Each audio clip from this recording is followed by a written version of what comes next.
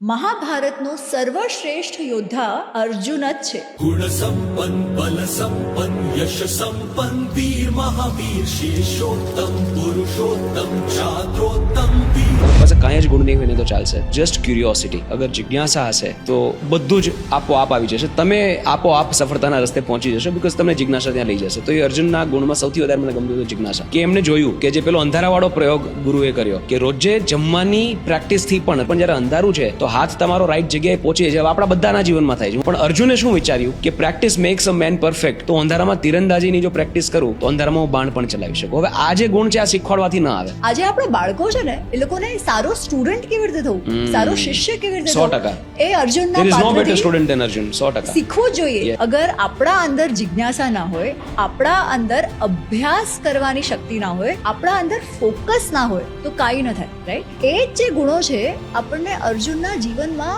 પછી પણ દેખાય છે.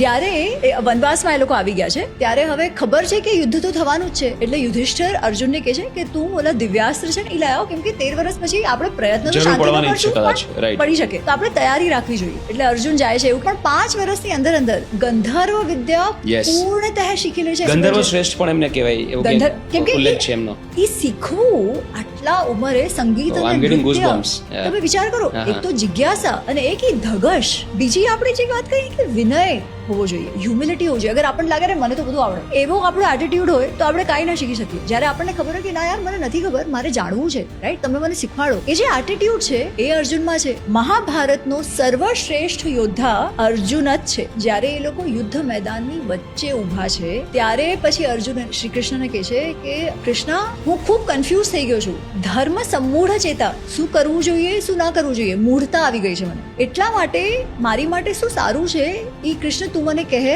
હું તને સમર્પિત થાઉં છું. ફરીથી શિષ્ય બની ગઈ છે. શિષ્યસ્તેહમ શાધી મામ ત્વમ પ્રપન્ન. કોઈ યોદ્ધામાં આવો ભાવ હોવો, એ જે વિનય જે છે, એ હ્યુમિલિટી જે છે એ અર્જુનમાં છેવટ સુધી છે. જ્યારે એ ભાવ હોય ત્યારે જ આપણે શીખી શકીએ અને ત્યારે જ માર્ગદર્શન લેવાની આપણી કેપેસિટી થાય. અને એટલા માટે અર્જુન જે છે એ છે.